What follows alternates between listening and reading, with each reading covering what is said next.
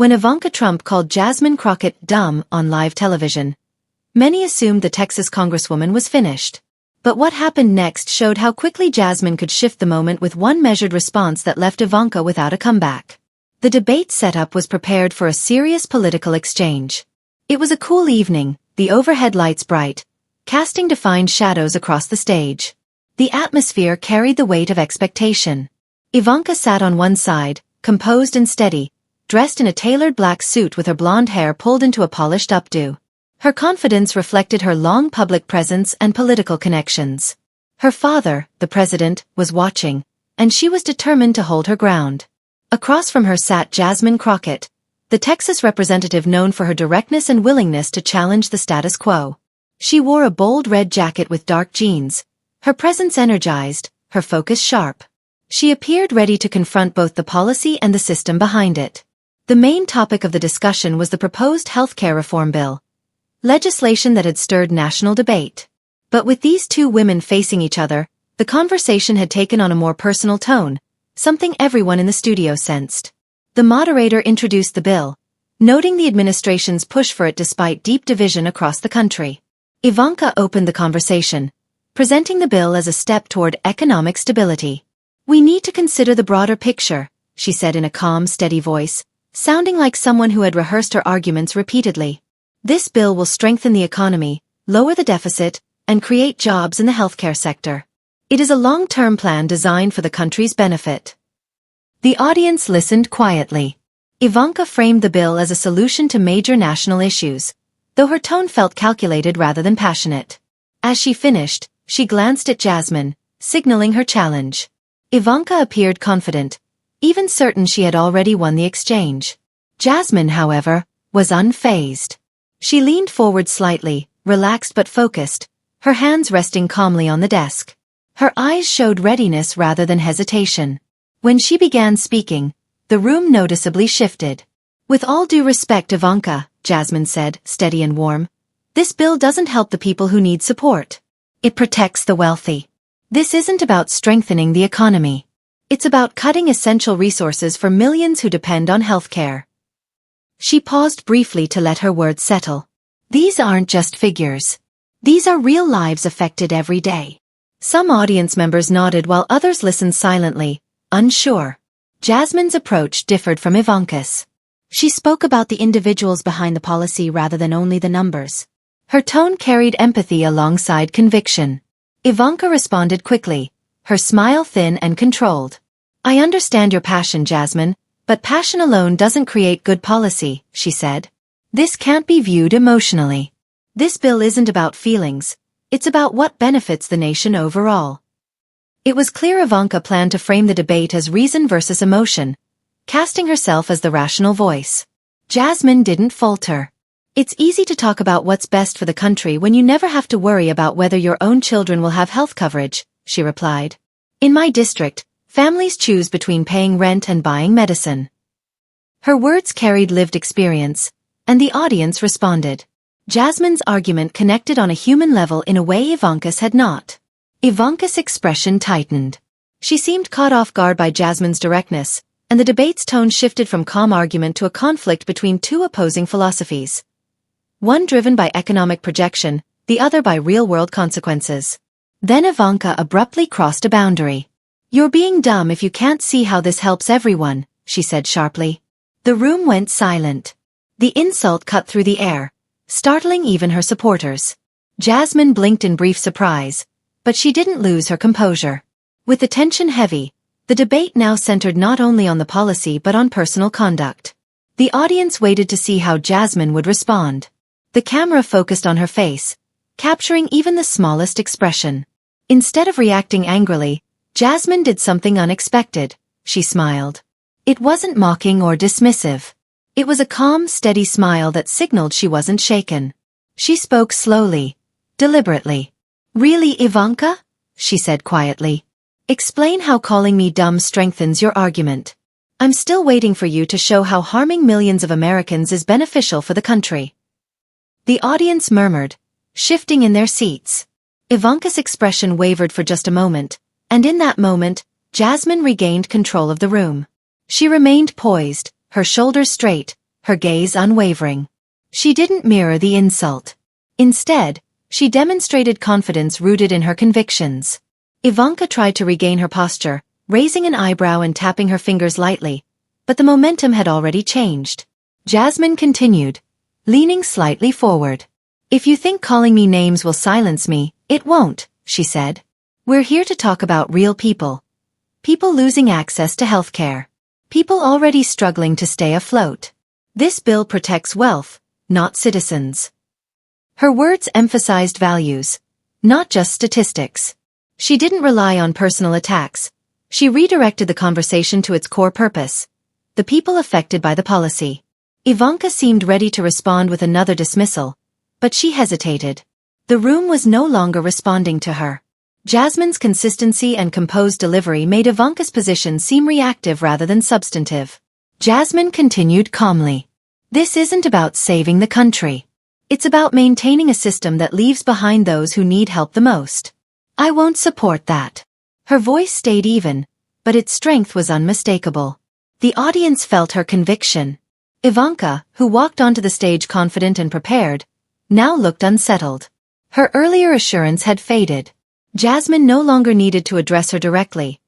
The focus had shifted to the people the policy would impact. A quiet stillness settled over the room. Jasmine had spoken with clarity and self-assurance, without raising her voice or engaging in personal attacks. Her steady demeanor communicated more than any insult could have. She had not only regained control of the debate but likely won the respect of many watching. After Ivanka's sharp insult, the studio felt suspended in tension. The remark, "You're being dumb if you can't see how this helps everyone," was intended to undermine Jasmine's credibility. It's a familiar political tactic. Belittle your opponent to shift attention away from the real issue. Ivanka, supported by her political background, seemed confident the insult would shake Jasmine. But it didn't. Instead, the comment backfired. Jasmine didn't react with anger or insecurity. Her expression shifted only slightly before settling into a composed, almost amused look, not dismissive, but recognizing the weakness in the tactic. She remained steady, still leaning slightly forward, her focus unbroken. Ivanka's attempt to diminish her had the opposite effect. Jasmine's calm, clear response cut through the tension with ease. "Really? That's the best you have?" she said. Jasmine's voice stayed steady, untouched by the remark. "Let me get this straight. You think calling me dumb will somehow strengthen your argument? Explain how, because I'm waiting." Her words were precise, yet she didn't raise her voice. Jasmine didn't shout and didn't respond with similar insults. Instead, she used something more effective: the ability to stay on higher moral ground. She remained calm, composed, and unwilling to let the discussion fall into pointless personal attacks. For the first time, Ivanka hesitated. The polished, confident image she usually projected began to slip. Her eyes narrowed, her jaw tightened, and her fingers tapped the podium. She seemed unsure of how to reply. She hadn't expected this reaction. In major political debates, every move is normally planned in advance. Ivanka assumed Jasmine would react with anger or at least defensiveness. Instead, she was confronted with someone who calmly pointed out the flaw in her tactic. In a world where insults often overshadow substance, Jasmine's refusal to take the bait was surprising, leaving Ivanka with little ground to stand on. The audience sensed the change. The shift in control was subtle but unmistakable. What had started as a typical political exchange now seemed more like a contrast between integrity and opportunism. Jasmine kept her attention on the central issue, healthcare reform, while Ivanka drifted into personal remarks. The harder Ivanka tried to reclaim authority, the clearer it became that she was losing influence. Her eyes shifted across the crowd, almost searching for support, but it wasn't there. The tone of the room had moved. The audience, previously divided, was now listening more closely to Jasmine. She wasn't just listing policies. She was speaking about the people affected by them. There was no need for her to respond in kind. Her voice stayed firm but controlled. "I'm not here to trade insults. I'm here to represent those who have no voice, those who will suffer under policies like this," Jasmine said, now looking toward the cameras, addressing viewers at home. "This bill isn't about economic figures. It's about the individuals who will lose access to the healthcare they need. So let's discuss that. Let's talk about the millions who'll be left behind." In that moment, Her words became more than arguments. They turned into a reminder of the people often ignored by politics. By refusing to be drawn into name-calling, Jasmine strengthened her credibility. While Ivanka attempted to steer the conversation elsewhere, Jasmine redirected it to the people who mattered. The room grew quiet except for a few shifting seats. Ivanka sat still, her lips pressed tightly together. Her discomfort was visible, not only because the insult had failed but because Jasmine had made her appear as someone dodging the real issue. Ivanka had fallen into her own trap. Jasmine, by contrast, turned the situation around. The balance of power shifted. She not only exposed the weakness in Ivanka's tactic but used the moment to reinforce her own message. The debate was no longer only about a policy proposal. It had become a discussion about respect, stability, and the actual outcomes of political decisions. The audience sensed it too. What began as a heated debate about healthcare had turned into a contest of credibility. Jasmine's calm approach made Ivanka's attempt at belittling her seem ineffective. Ivanka had underestimated Jasmine's ability to remain grounded, to transform a personal jab into a principled statement. By doing so, she lost the room. She lost not because of policy details but because she allowed tactics to overshadow the real issues. As Ivanka tried to regain her composure, the room seemed to pause. The tension, once heavy, now felt like a steady pressure everyone could feel. The insult meant to weaken Jasmine had backfired. Instead of unsettling her, it gave her space to take control of both the conversation and the direction of the debate. Jasmine sat with calm confidence, her posture steady, hands resting lightly on the desk. It was the posture of someone who knew the moment had already turned. She wasn't reacting anymore. She was leading, with Ivanka struggling to find footing. Jasmine used the opportunity to deliver a clear and focused message, one that would remain long after the debate concluded. "Let's discuss the real consequences of this bill," Jasmine said, her voice steady but now carrying quiet authority. She addressed not only Ivanka but the entire audience, including viewers at home. She brought the conversation back to what mattered: the lives at risk. "You call me dumb for opposing a bill that will leave millions without health care. But answer this, Ivanka. Do you honestly believe making it harder for families to access care benefits anyone?" The air in the room thickened again, but this time in anticipation. Each sentence cut through the leftover awkwardness. Jasmine wasn't just responding. She was advancing with clarity and confidence. She understood the weight of the moment, and so did the audience. "People will die because of this bill," Jasmine continued, her tone steady but full of emotion.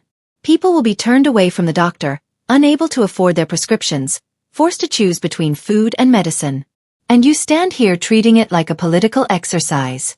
You have the privilege of never worrying about these things. I don't, and neither do the people I represent." The room went quiet again, but the silence felt reflective rather than tense. Jasmine was no longer just debating policy. She was challenging the power structure behind it. Her words directly confronted Ivanka's polished narrative. She wasn't talking about legislation in theory. She was talking about the people who lived its consequences. Ivanka had no answer. Her expression showed frustration and uncertainty. She had not expected such direct and grounded pushback. The insult she relied on had not only failed, it had led to a harder counterpoint. The audience was completely focused now. No one whispered or shifted. Their attention was entirely on Jasmine. She wasn't just a representative from Texas. She had become a voice for those unheard in political spaces. As Ivanka struggled to form a response, Jasmine turned toward the moderator. "This bill isn't just charts and numbers," she said, addressing the room with urgency. "It's about life and death, and I won't allow misleading claims to stand unchallenged. Our choices carry real consequences. You cannot repair a failing system by ignoring the people who rely on it most." Her voice carried the weight of someone who had seen those consequences up close. She wasn't working from a political script. She was speaking from experience, and the sincerity was unmistakable. Ivanka's hands gripped the podium, her lips pressed together. She had run out of practiced replies. Her attempt to question Jasmine's intelligence had collapsed, and her argument was weakening. Jasmine had reframed the debate entirely, leaving Ivanka only defensive options, and by now, it was too late. The audience's reaction was subtle but visible. Some nodded, others watched in thoughtful silence. They understood they were witnessing a turning point. Jasmine had held her position firmly when Ivanka attempted to belittle her. Now she stood even stronger, making it clear that the stakes were far too serious for petty remarks to have any real weight. In the back of Ivanka's mind, doubt began to surface. This wasn't the type of exchange she was accustomed to. Her usual strategy was to dominate, leading with confidence and authority. But Jasmine wasn't engaging on those terms. She was approaching the debate differently, focusing on substance, empathy, and defending what mattered. In that moment, it became evident to everyone watching that Jasmine had prevailed. Ivanka had misjudged her opponent's determination, and it had cost her. The political arena, often reduced to personal jabs and quick soundbites, had shifted into a contest of principles, and Jasmine's were clearly stronger than Ivanka's. The silence that followed wasn't awkward. It reflected respect, an acknowledgement that Jasmine had achieved something rare in a high-stakes debate. She didn't just stand her ground, she reshaped the entire discussion, and by doing so, she secured victory. The tension in the room was unmistakable, as if time slowed after their final exchange. The audience, once divided between both sides, now seemed united by one undeniable reality. Jasmine Crockett had won. Her calm, steady delivery didn't just neutralize Ivanka's attack. It flipped the debate entirely. The once confident presence of Ivanka Trump now appeared diminished, uncertain, and shaken under the weight of Jasmine's unwavering composure. Jasmine leaned back slightly in her chair, hands resting on the desk, posture straight but relaxed. She had said everything that needed to be said. There was no reason to continue pressing. She had drawn her boundary, made her case, and exposed the weaknesses in Ivanka's position. Now, all she had to do was wait for the aftermath, and it was already unfolding. Ivanka, meanwhile, stood rigid at the podium, her fingers gripping the edges tightly. It seemed she was still trying to understand how the debate had taken such a sharp turn. Her earlier confidence had faded, replaced by frustration she could no longer hide. The certainty she carried into the room had collapsed, and the realization that she had been strategically outmatched grew heavier with each passing moment. Sensing the energy in the room, the moderator stepped in to break the silence. "Thank you both for your contributions tonight," he said, his voice carrying a hint of uncertainty, unsure how to conclude a debate that had shifted so drastically from expectations. "We will now move to closing statements." Yet, even as he continued, the audience's attention remained fixed on the two women at the center of the stage. Ivanka inhaled deeply, trying to recover some sense of control. But it was too late. The damage was already done. She had entered the debate believing she could brush Jasmine aside with a brief remark. Now she found herself scrambling to protect what remained of her credibility. Jasmine, on the other hand, remained steady and composed. She didn't need to add anything further. Her actions had spoken louder than any final argument. When the closing statements began, the crowd hardly paid attention to Ivanka. She spoke, but her words felt empty, rehearsed. She attempted to redirect the conversation back to policy, trying to regain the authority she had lost, but her effort was transparent. The audience had already seen her attempt to dominate through personal remarks, and they had watched her lose her balance. They had witnessed the contrast between her attacks and Jasmine's dignified, focused responses. Jasmine's closing remarks were sharp and clear, without repeating everything she had already said. Instead, she emphasized the heart of her argument: the real people who would be harmed if the bill passed, the families who would lose access to healthcare, the children who would go without necessary support. She spoke with a clarity that resonated with everyone in the room and countless viewers at home. "The stakes are too high for this to be treated like a game," Jasmine said, her voice steady yet full of purpose. "We are talking about real lives, real people, individuals who will not have a voice if we do not speak for them. I'm not here to play politics. I'm here to stand up for those who need it most." Her closing words were more than a formal statement. They were a declaration of intent. Jasmine wasn't seeking status or praise. She was fighting for the people she represented, for families facing life-changing decisions about their health care. Her message served as a final reminder of why she stepped into this debate at all. As the debate ended and the studio lights dimmed, the room slowly emptied. Moderators, staff, and even audience members who had been hesitant to choose sides began discussing what they had witnessed. Their conversations centered on one thing: Jasmine's undeniable strength. They saw how she shifted the momentum, how she stayed steady where others might have faltered, and how the truth in her words lingered long after the cameras shut off. Ivanka retreated backstage, surrounded by aides who attempted to reassure her, though none could hide the discomfort in their expressions. She had entered the debate confident that she could challenge Jasmine easily. Instead, she had been caught off guard. Her attempt to diminish her opponent had backfired, and now her image had been significantly shaken. She had lost not only the debate, but the respect of much of the audience. Jasmine, meanwhile, left the studio with a quiet sense of fulfillment. She hadn't just earned a win, she had made a point. She faced a powerful opponent and succeeded not through volume or aggression, but through conviction and refusal to be diverted by personal attacks.